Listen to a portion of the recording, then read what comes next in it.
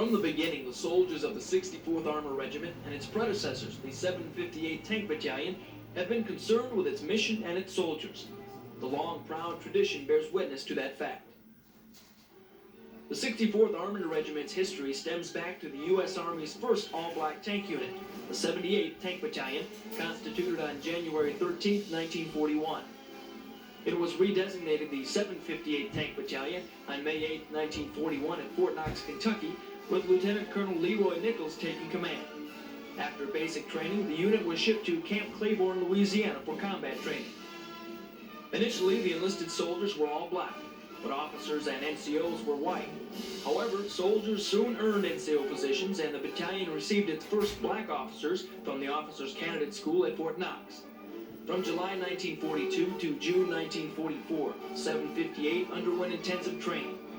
June 22, 1944, Major Lawrence F. Becknell takes command of the 758 and would remain with the battalion throughout World War II and its inactivation. On June 30, 1944, the 758 packed up to Camp Hood, Texas for its final preparations for war. In October 1944, the battalion deployed overseas to Livorno, Italy. The 758 was assigned to the American 5th Army and then attached to the 92nd Infantry Division, the Buffalo Soldiers. A month after their arrival, the battalion received orders for which they had long awaited. On December 24, 1944, Christmas Eve, the 758 Tank Battalion was alerted for frontline duty. From the beginning, the 758 rarely worked together as an entire unit. Companies and platoons were constantly shifted from various infantry, tank, and reconnaissance units within the 92nd ID. Consequently, tactical errors resulted in the 758's use in combat. Despite this, the tankers of the 758 performed with distinction. In its first combat mission, the 758 was attached to the 365th Infantry Regiment, advancing up Italy's east coast.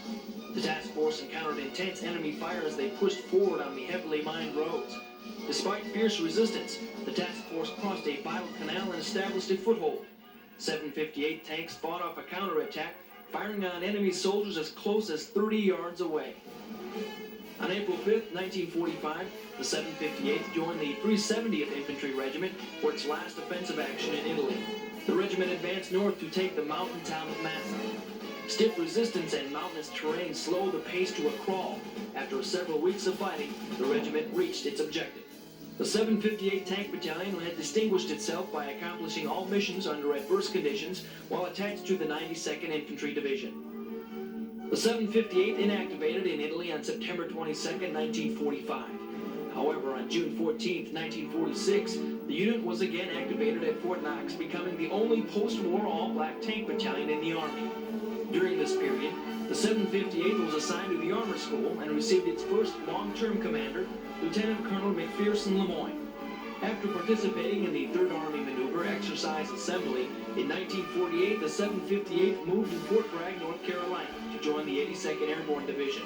In November 1949, the 758 was redesignated as the 64th Heavy Tank Battalion and assigned to the 2nd Armored Division at Camp Hood, Texas.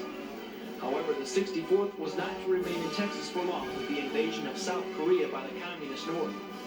In July 1950, the battalion was alerted for deployment and assigned to the 3rd Infantry Division. Training in Japan for several months with their new heavy tank, the M46, the best armored and armed tank in the Far East, the tankers of the 64th would soon put their new vehicles to work. In November, the 3rd ID with the 64th Battalion made an assault landing at Wonsan, North Korea, with the objective of relieving elements of the 1st Marine Division, the Frozen Chosen, withdrawing under heavy pressure from the massive intervention of Communist Chinese forces. The 64th helped secure the airfield and port of Hanggang, assist in the evacuation of the Marines and civilians, and hold the last line of resistance. 105,000 troops, 100,000 civilians, and 17,500 vehicles were evacuated in the largest beachhead evacuation in U.S. military history. In early 1951, the battalion moved to Suwon and formed Task Force Bartlett to help clear a zone of enemy, easing the advance of the 25th Infantry Division. After a 5-day attack, the operation was successful, inflicting heavy enemy losses and providing a great boost to Allied confidence. In March, the 64th prepared for Operation Tomahawk, The 3rd Infantry Division would race north to link up with the 187th Airborne Regimental Combat Team and 2 companies of Rangers who would jump behind enemy lines, catching the enemy in a crushing vise. The battalion pushed north, overcoming heavy enemy resistance. On March 29th, the 64th was the first American unit across the 38th parallel in the current 8th Army advance. In late April, the Chinese launched a 2-army attack against UN forces, pushing the Allies south. The 64th Battalion valiantly covered the 3rd Infantry's withdrawal to the Seoul area, where it re-established itself after stopping the enemy's offensive. From May 1951 to July 1953, the 64th participated in a multitude of operations and underwent a historical change with the integration of white soldiers into the ranks of the battalion. In its final action of the war, the battalion repelled a penetration into the South Korean lines. In the fierce fighting that ensued, Alpha Company drove into an enemy regimental assembly area where they fought at point-blank range and finally had to call artillery onto themselves. At the end of the fight, 300 enemy lay dead. For these actions, Alpha Company was awarded the Distinguished Unit Citation.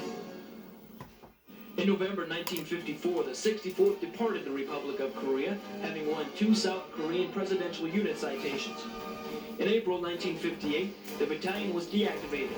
On June 17, 1963, the 1st, 2nd, and 3rd Battalion 64th Armor Regiment were activated.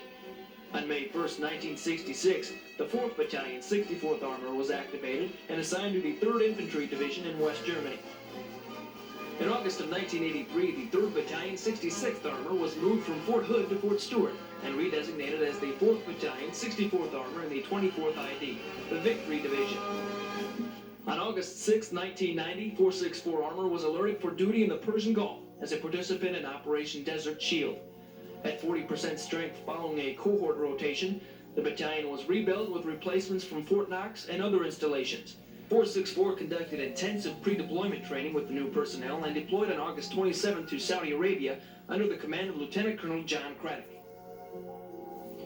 464 was attached to 1st Brigade for the entire operation and task organized with 2 tank companies, Alpha and Charlie, and 2 mechanized companies, Alpha 27 and Charlie 37. 464 arrived and established an assembly area and conducted platoon and company level training. On September 23rd, in support of brigade defensive positions, the task force moved 72 miles north to a new assembly area. Here, 464 conducted battalion-level operations, gunnery, and transition to the new M1A1 Abrams tank. The Army is giving us the very best piece of equipment that the Army owns to face down the Iraqis. Now I'm going to ask Captain Roth, the company commander, to christen this tank with a bottle of Saudi water. Right.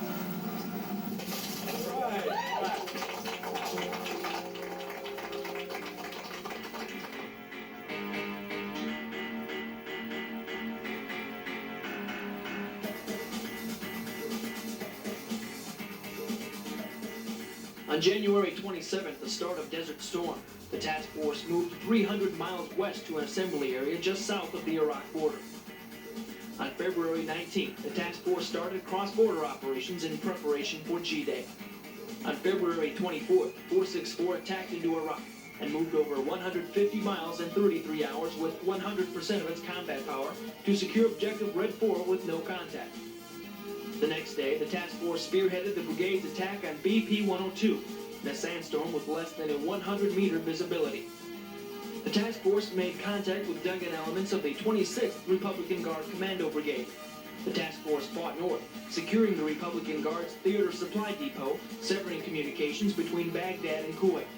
On February 27th, the task force turned east down Highway 8 and established defensive positions 48 miles west of Basra.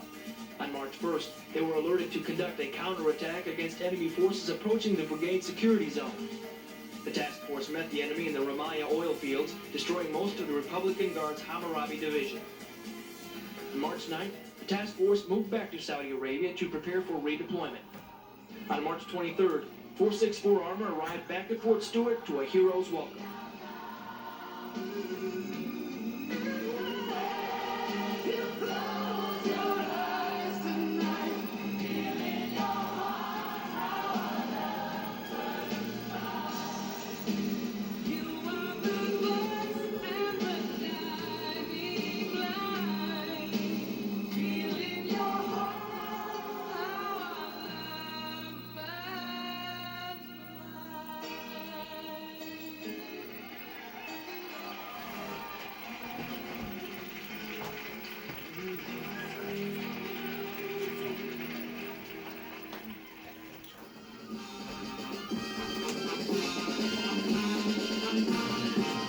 On September 11, 1992, 464 Armor received a valorous unit citation for their actions in Operations Desert Shield and Desert Storm. It was Desert Storm veterans such as those found in Task Force Custer that won more than the war. They won back our national confidence. They won back the national pride in the military forces of the United States of America.